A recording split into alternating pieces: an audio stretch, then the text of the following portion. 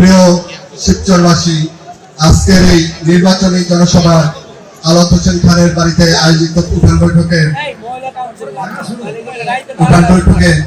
আপনাদের সকলকে স্বাগত জানাচ্ছি। অনেকদিন পরে আমরা সকলে একত্রিত হয়েছি। কেমন আছেন আপনারা? আলহামদুলিল্লাহ। সর্বপ্রথমে বলতে হয় আমাদের মাননীয় চিফ হুইপ জনাব নূরে আলম চৌধুরী লিটন, তিনি একজন জহলি।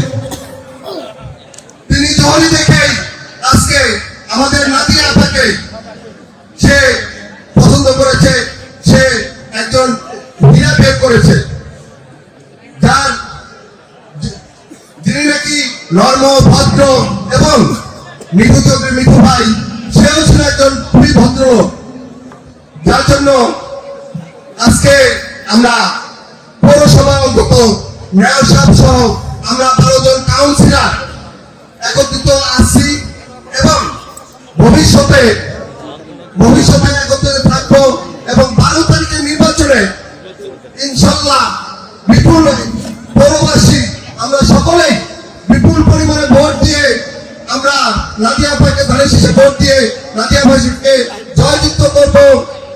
আর